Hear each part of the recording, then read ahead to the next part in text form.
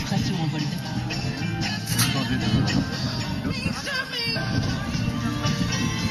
Ah, ça, il va venir près là.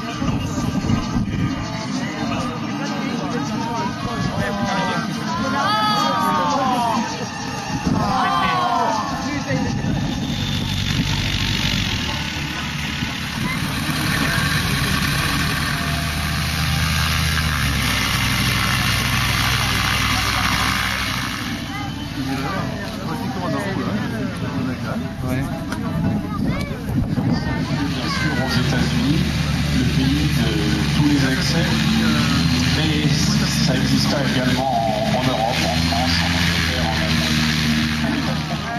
Alors on a aujourd'hui un joli café. Voilà. C'est pas très grave. Sachez que nous avions...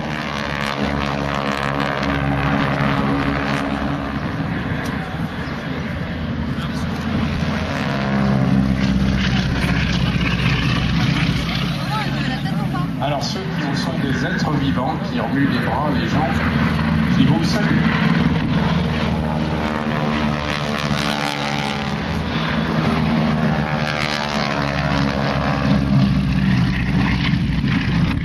Les jeunes filles qui ont la tête en bas.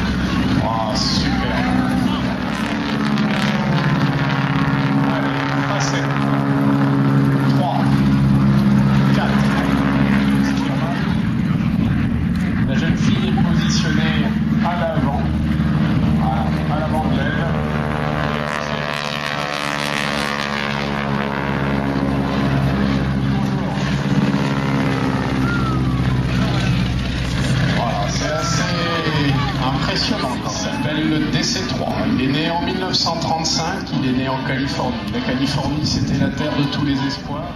Celui-ci, dès sa naissance, fut une star. Deux moteurs, ratés. Un look d'enfer. Il était destiné à être un avion de transport. Eisenhower a réuni les équipages, il leur a expliqué l'importance de leur mission.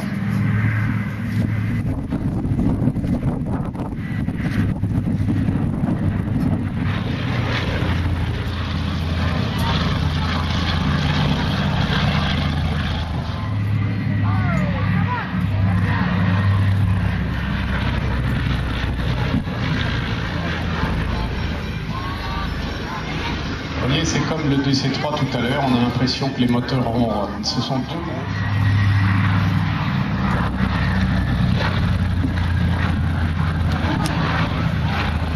La première grande bataille remportée par les Américains, c'était Midway. C'était nécessaire parce que les Américains avaient le transport. Certains furent même décorés aux couleurs d'Air France et furent utilisés dans les îles pour faire la liaison pour le compte de la Grande Surface. Ce qui nous permet de le voir sous un angle absolument exceptionnel. Il est construit notamment par une firme que nous connaissons tous qui s'appelle Michelin. Michelin construit en très très grand nombre cet avion à Clermont-Ferrand. Des lignes aériennes, ça n'existait pas en 1918, ça n'existait pas avant la Première Guerre mondiale. Les passagers avaient peur de monter dans l'avion. Alors on transportait du courrier qui lui était subventionné et permettait à peu près d'équilibrer les lignes aériennes. Voilà. La première ligne fut quelque part ce Breguet 14, c'est un merveilleux témoignage de cette histoire. On n'a pas d'hélicoptère en vrai à ce moment-là parce qu'on pourrait venir en patrouille sur un hélicoptère, un fuselage en tubulaire, et il fait un poids seulement de 580 kg pour 330 chevaux. Ah, je crois qu'on l'a produit, c'est magnifique.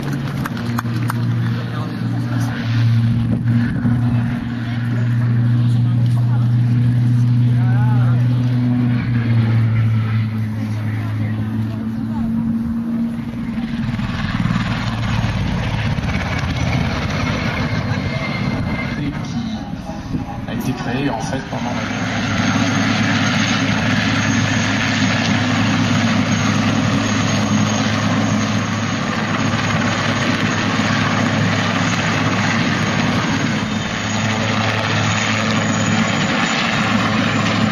Allez, saluez-les. Il vous salue. Il est orange, vous allez le voir.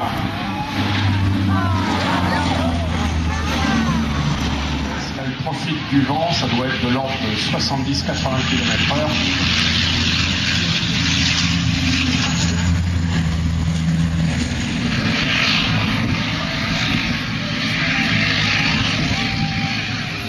C'est coulé un petit peu d'eau derrière lui. C'est l'eau qui se trouve dans les logements de roues. Pour l'essentiel règne, on a une pression assez forte. Cette pression permet de remplir, voilà, c'est le cas actuellement, de remplir assez vite ces bonbonnes d'eau, puisqu'un écopage, ça dure de l'ordre de 1 à 2 minutes. C'est assez rapide. L'avion, dans ce cas-là, il est en vol. N'imaginez pas qu'on largue à quelques centimes